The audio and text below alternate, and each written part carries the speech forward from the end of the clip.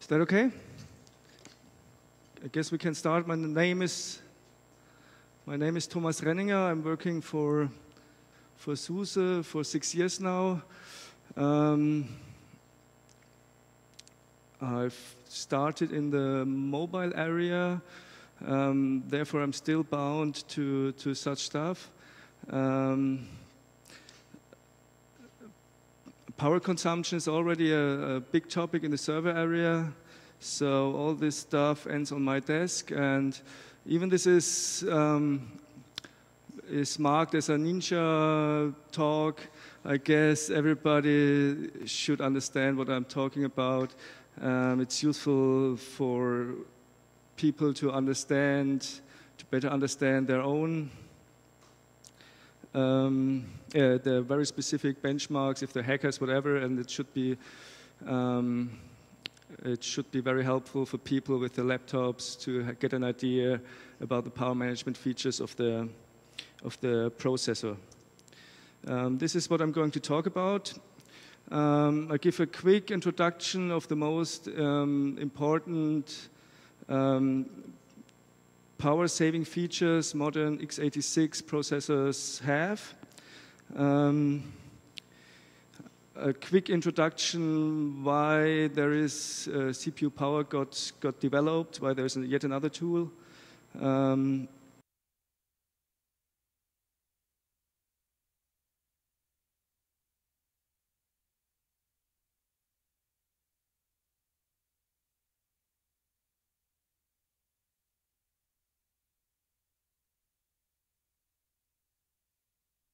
Linux is going to use it, how you can monitor them.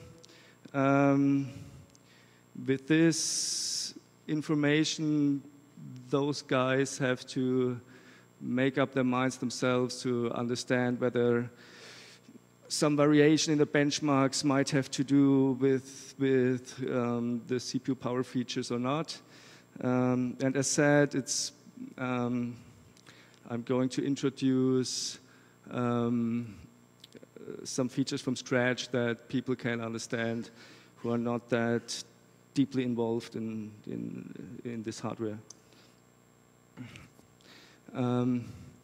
Yes, there's CPU frequency voltage scaling available for quite some time.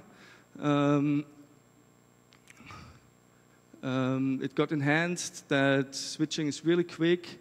You don't have much latencies if the kernel switches the frequency. The kernel had full control over that. So if a specific frequency is set, you're going to get that. There might be dependencies on multi-core systems. Some cores the voltage has to be the same on the cores or the same frequency. The Cpupower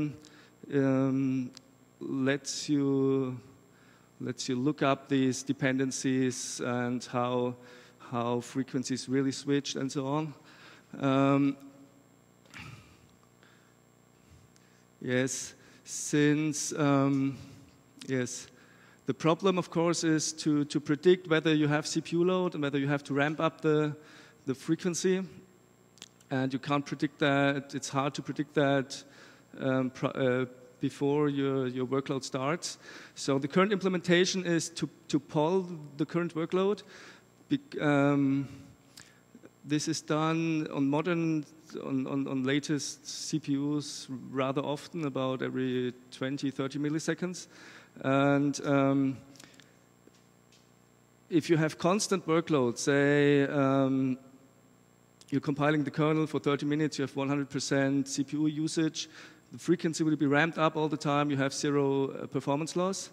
What is tricky is if the workload changes all the time.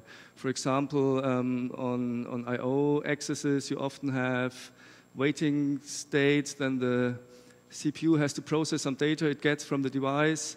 There you have some frequent up and down workloads, which of course is bad for the polling algorithm. My next slide is a benchmark. I hope I can explain it that everybody understands that. If you understand that, you see where the bottlenecks are. Okay. The tool works like that. You have a simple for loop doing a simple operation, an add or something, and you do that very often just to produce 100% CPU load. And you do that with frequency fully ramped up, and you calibrate how much loops you have to do on this hardware to have 100% CPU utilization, say for 1 second, or for 1 second, or for 100 milliseconds. And then it does that very often. It does 100% CPU utilization, and then sleeps again for a specific period of time, and does this really often. So here you have 200 milliseconds full load, 200 milliseconds totally idle. And you find out the worst cases for the frequency switching algorithm, and you compare how long it takes compared to when you're fully ramped up. This is the 100%, and these two lines are there are switches inside the kernel, how often the load shall get pulled. And this is done with 20 milliseconds and 80 milliseconds. And of course, if the load starts and 60 milliseconds later the kernel realizes, oh, I'm at 100%, you're running your algorithm 60 milliseconds not ramped up, and this is the offset you have to 100%. As longer as you run at full load, you reach 100%. So this is where the performance loss comes from, or if you have any. Typically, you don't realize that much in the CPU frequency, with CPU frequency. There are efforts to do that somewhat better, not do polling, but put that more in the scheduler and ramp up prior the process is started. Arjan van der Ven from Intel promised something for 2 years ago. Anyway, the algorithm itself might change. CPU frequency switching isn't that interesting anymore. There was discussion on modern CPUs to disable it at all and keep the processor at the highest frequency all the time. This is because the sleeping states are more efficient. I'm come to sleeping states now. Yeah, the point is, say you have at 2.4 gigahertz, you waste 40 watts. If you ramp it down to 2.1 gigahertz, maybe you still need 15 watts, whatever. If you sleep in a deep sleep state, you only have 2 watts. And the idea is to keep full performance all the time. The kernel will will enter the idle routine, will issue a sleeping state. You want to enter that as fast as possible on modern CPUs. The sleep states weren't that efficient, say, 2 years ago. CPU frequency scaling isn't that interesting more from a power-saving perspective. Yes, now we are at the C states. This is where Intel, AMD recently put quite some efforts in to make these really efficient.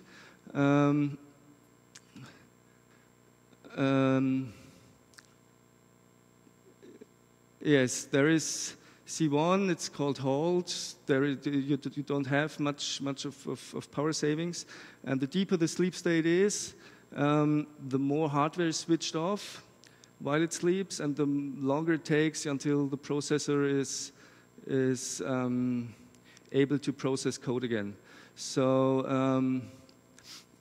you have that trade-off, which now affects performance in a totally other matter than CPU frequency. So if you have specific I/O cards providing an interrupt in a bad frequency where you just decided to go into a deep sleep state, this might be bad for performance. And this, so you want to know how much, how often, how long the processor goes into these C states, which isn't that easy. The point is that the kernel triggers a specific C state, but it's very hardware dependent whether it really enters the C state, whether other cores are going to also have to enter a C state to be able to enter deeper sleep state. This is very, very hardware specific and is probably going to change and get optimized even further the next years. There we are at the next topic. You probably all heard about this turbo boosting technology, where the idea is the hardware vendor, the CPU hardware vendor, has to provide a specific thermal design power, it's called TDP. The processor must not produce more heat than specified, and so you make use of, on multi-core CPUs, you make use of the fact if several cores are in deeper sleep states, you know they're not going to use more than whatever watts, and you can ramp and overclock one or more specific cores. Again, this is very hardware specific. On the first AMD implementation, you had it was enough to enter C1 on 2 processors to ramp up 200 megahertz the other core. On Intel, you had to enter deeper sleep states. And Cpupower, I'm going to show you later, is monitoring you, is poking the hardware directly, not through the kernel. The kernel itself doesn't know about that. It's going to show you whether these C states really were entered, whether you got boosted, and so on. Right. There are a lot of utils around to monitor stuff. Very specific CPU frag utils is rather old. Yes, but very useful. You can switch governors. You can set a maximum, minimum frequency, which is still relevant for specific use cases. You can examine what frequency stages your hardware provides, etc. This is rather new. It's for examining C states only. It's turbostat, and it directly pokes the hardware through machine-specific registers, MSRs, and reads out the usage of the deeper sleep states the hardware really entered. The kernel may request specific C states, but it's totally up to the hardware what is really what power-saving modes are really entered. Turbostat is to show you what really happened. X86 energy perf policy is to set a very specific Intel flag. They have a very specific register. You can set a number from 0 full performance to 10. Whatever the hardware does below, they monitor possibly also your Q frequency, whatever. It's more, so on a laptop, you want to write this register on the CPU because quite a lot of stuff is going on in microcode below in the CPU itself. On a laptop, you might want to override this hardware register with a better power number, and on the servers, of course, you want to write a 0 into it. And there's power top, you probably heard about. I don't want to go into detail with that. It's also about device power management, but also quite a lot CPU power management. Perf time chart is somewhat special. Every time the kernel sets a specific CPU frequency, it's going to issue a perf event, the same for CPU idle events, and you can collect them in user space and draw nice graphs at what time the kernel, very exactly at what milliseconds, requested idle state, and so on. The idea of Cpupower is yes, connect them all together. The typical user, especially because C-state, frequency scaling is bound together with the turbo boost mode and so on. You want to have one tool to be able to examine your system. Yes, also another reason is turbostat was written by Intel.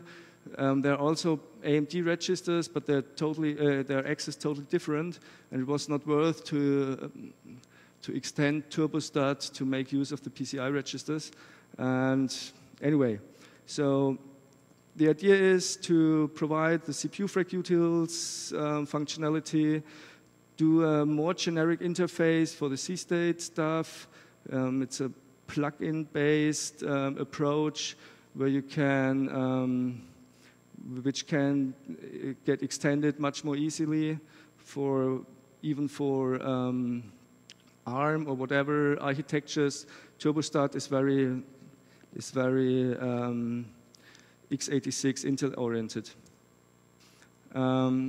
It looks like that. It's like Git or perf command subcommand style.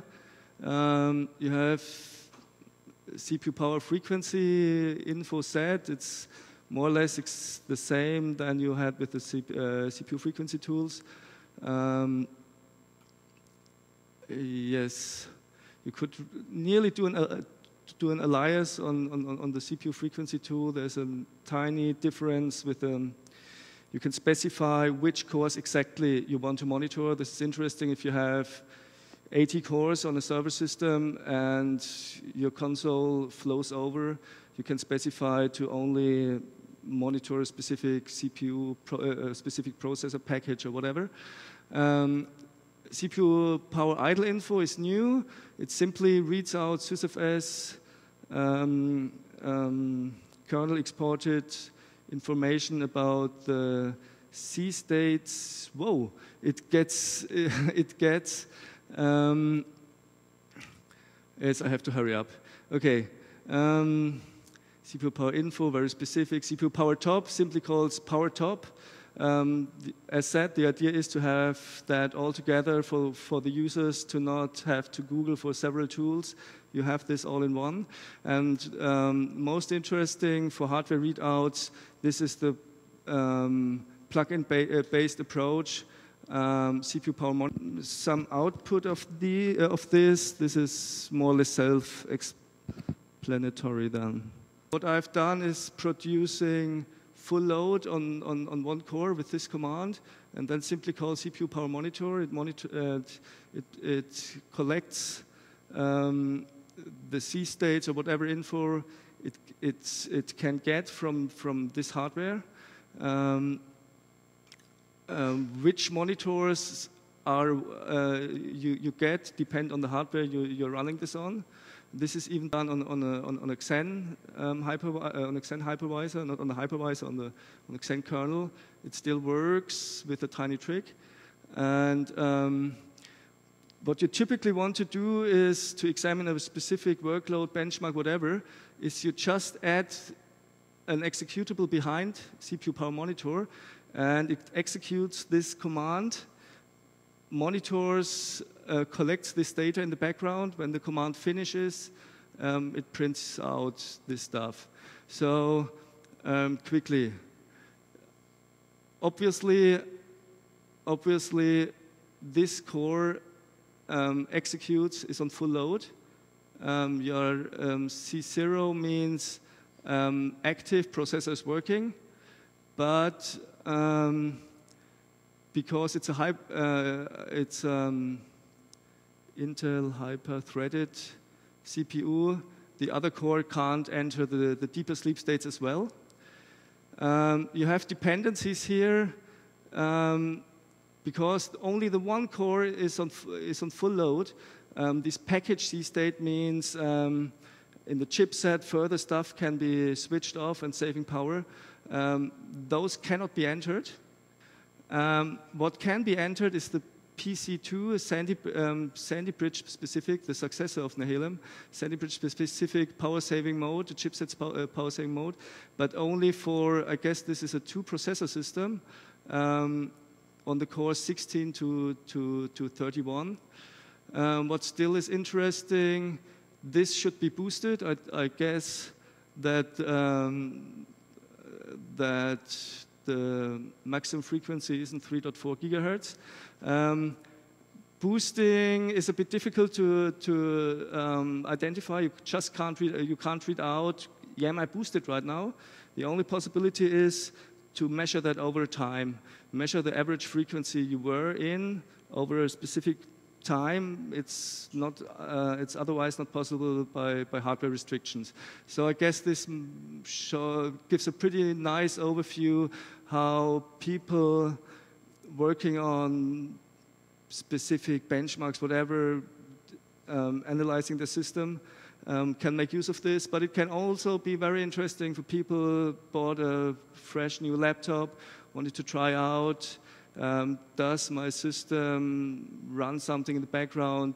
Has the BIOS been configured, has the CPU configured correctly by the BIOS to make use of all the features the CPU has?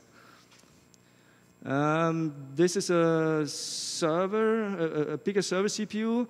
In this case, it's very important to show the hierarchy of the cores to be able to better interpret the stuff.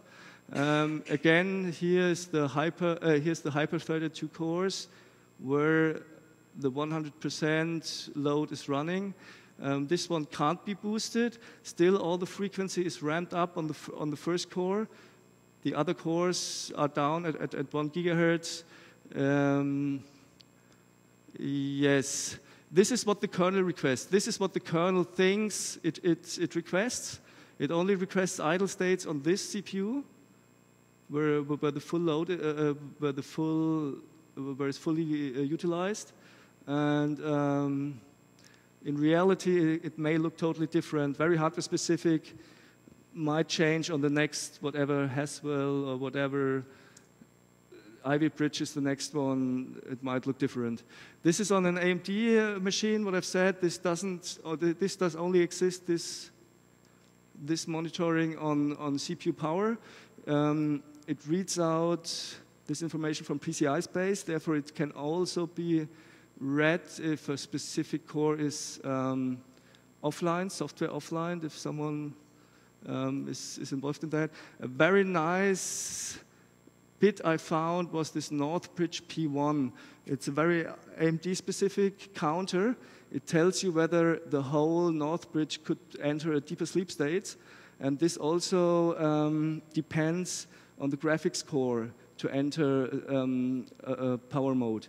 So while the graphics specifications are totally closed and so on, you can still measure whether this one at least has been entered. It's a 1 or 0.